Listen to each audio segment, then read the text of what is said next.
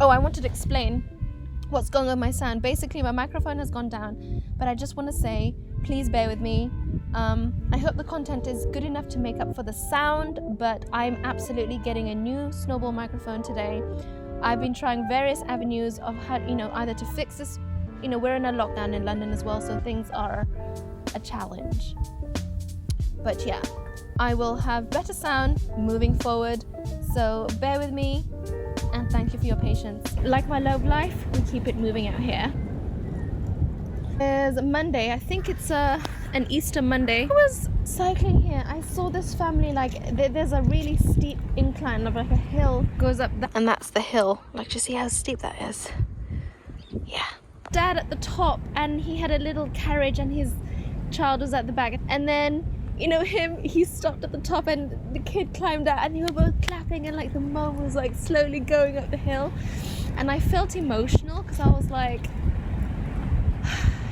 I don't know, is it biological? Just I really want that. I don't know, you just get to a point where you just want that, don't you? But I'm 30 years old now. I'm allowed to admit that. I would have a lot of fun, once I do meet this partner, whoever he is, wherever he is, that we'll have a lot of fun together, and then eventually have a family. Inshallah, as you say, in Islamic terms. I don't know, I just want to have a good family, wholesome life, but obviously a wholesome person, and I need to then choose a wholesome partner and not settle, not get deviated by, keep to the vision.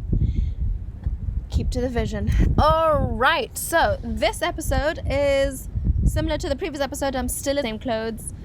We're going to continue because this is another topic, and I haven't thought about the name yet, but it's something along the lines of dating. Well, dating is an overestimation of what the situation is, but more so, if dating means getting to know someone, they court you, you court them, and you have a long-standing getting to know each other, and then you're like, oh, it doesn't work out. That's not what I've had. I've had short and unfulfilling connections that last between 2 weeks to a month, maybe even a day and a half, basically.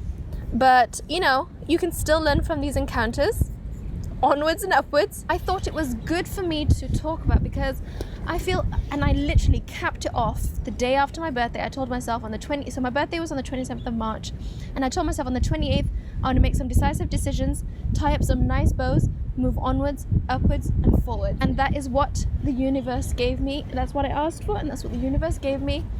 And I think it's given me a lot of peace of mind, and I've been able to know myself more and know what I want and choose the things that come into my life and be like, is that what I want really?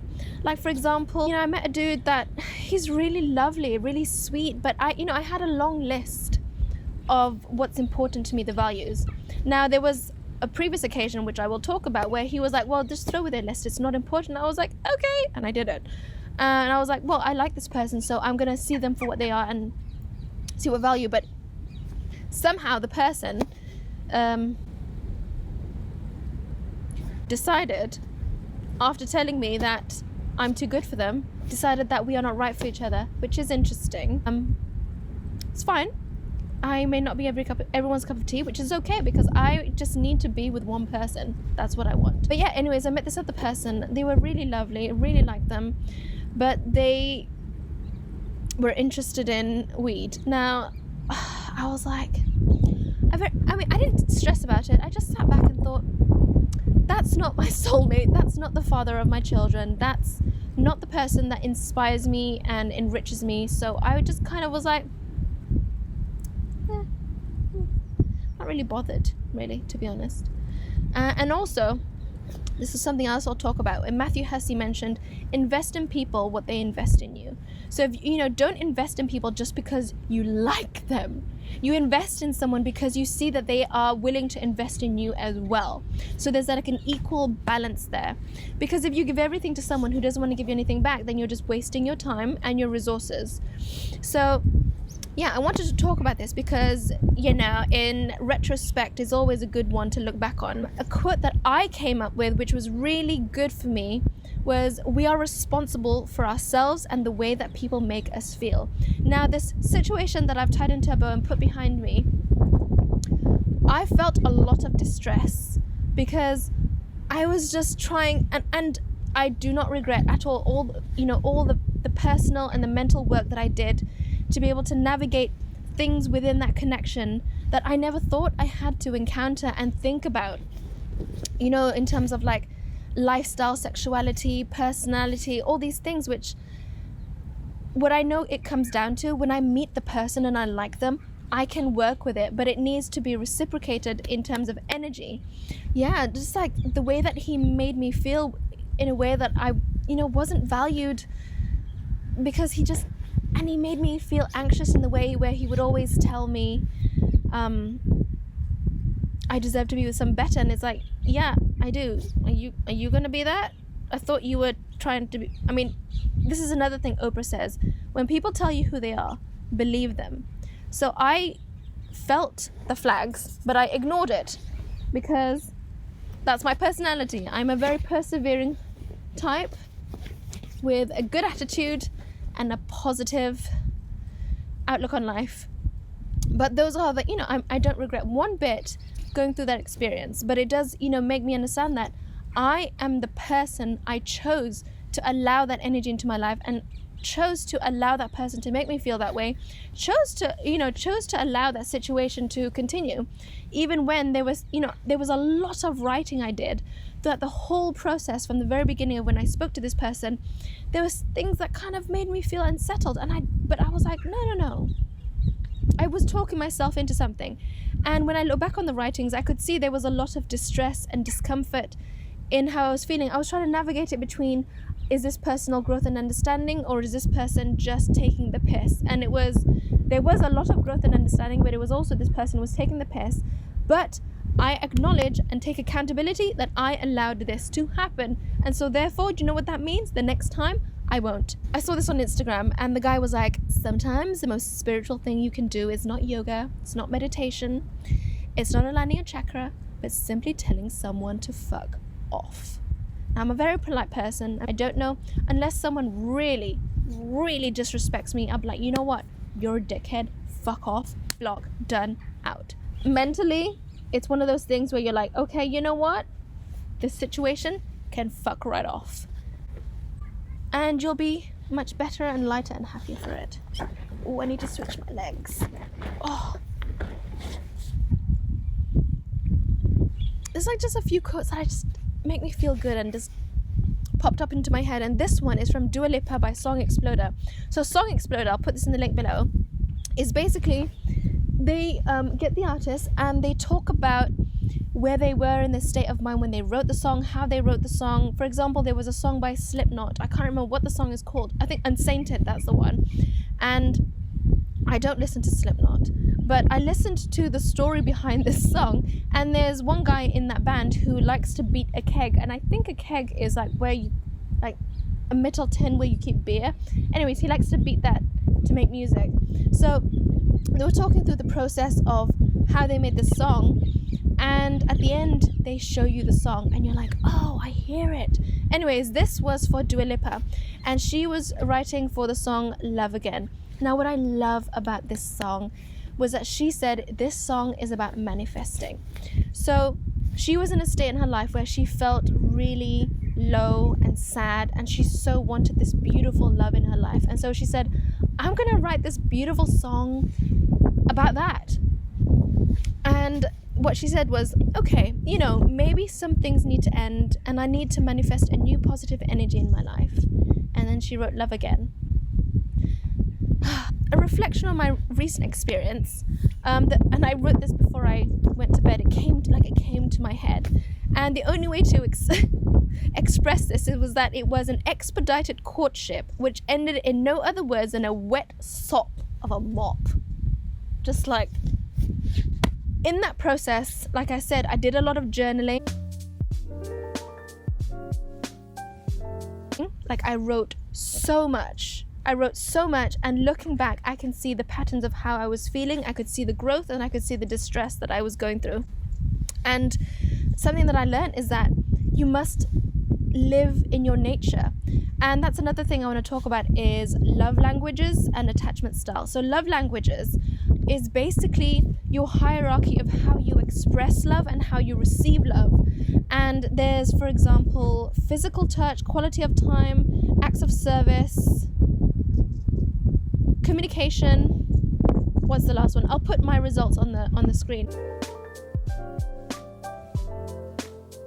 So my number one most important one is quality of time and communication. What's I think important, whether it's in a friendship or relationship, is for both parties to do this test, because you'll understand what you need first of all, and why you feel certain ways, and how your partner reciprocates and receives love in that way as well.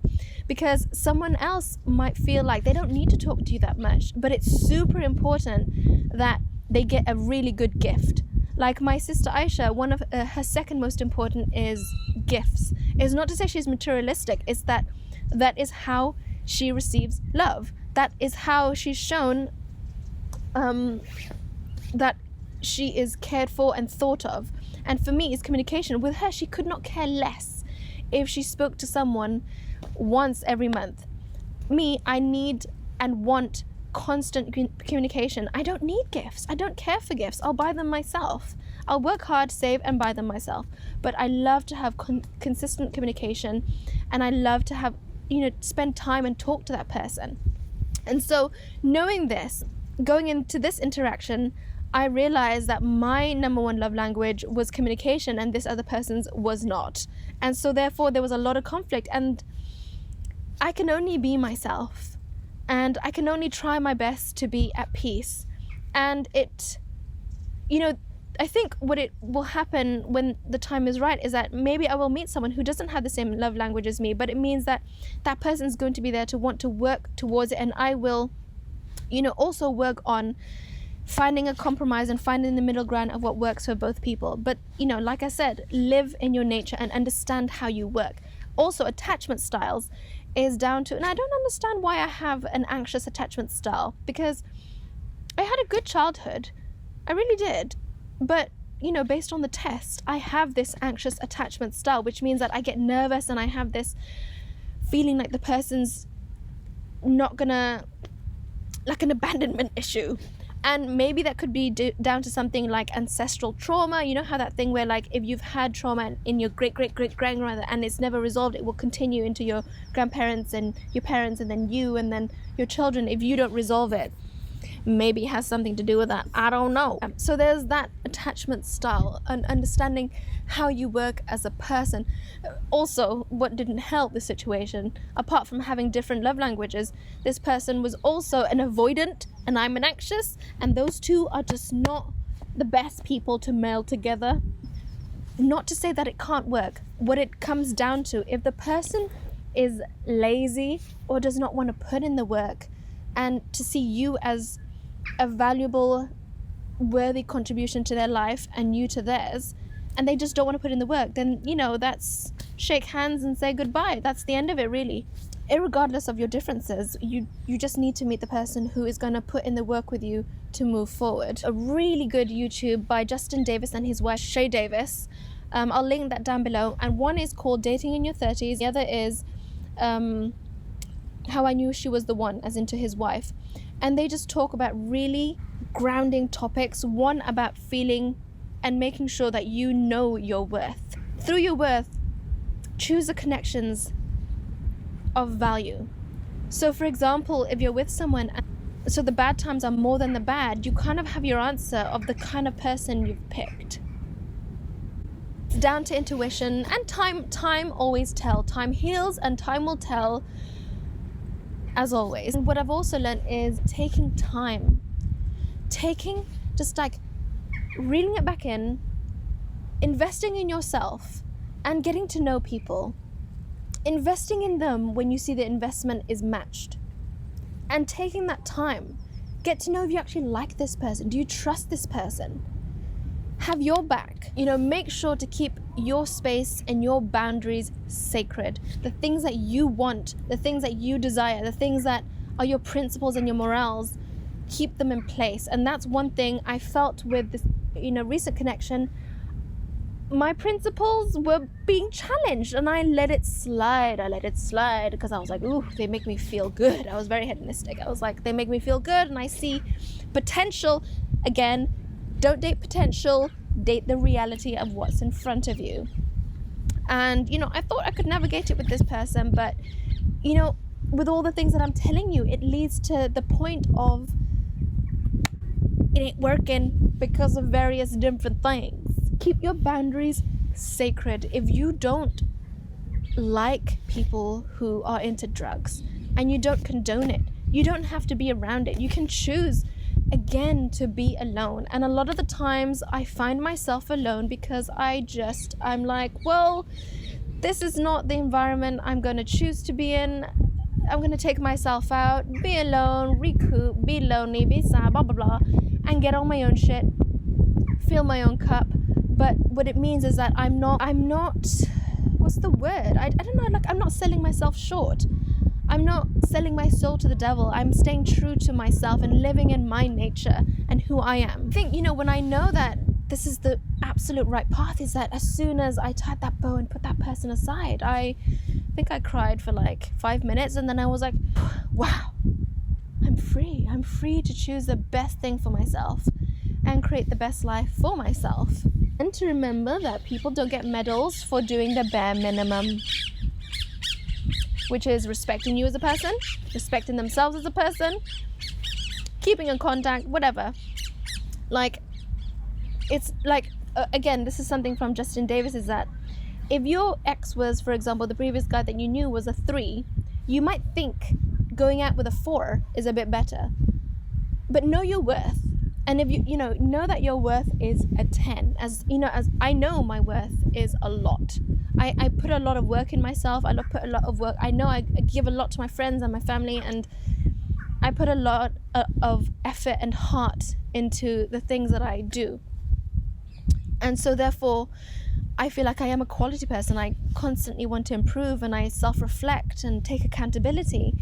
And I don't think going out with a guy, even though the guy previously was a 4 or a 5 or a 3 or whatever, going out with a guy who's maybe a 6, I'm just like, is this good enough? Not really. I want to go out with the guy who's just the best thing in the world, and I'm like, you're so inspiring, and I just feel like I'm enriched by that person, and then I enrich them in return.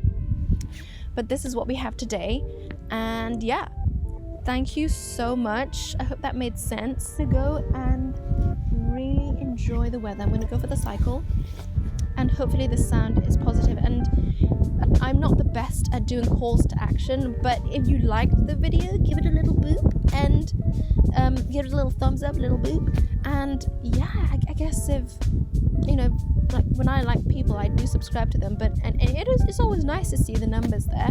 But yeah, if you liked it, and yeah, subscribe, I guess. But yeah, have a good evening. Now people are passing, and it's all good. Goodbye.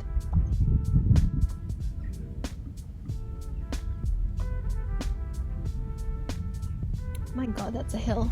By the way, this tree is more than 500 years old, for sure. Just leaning against this tree that's so old. But yeah, now that they've moved along, I can say goodbye properly. So yeah, thank you so much, and goodbye.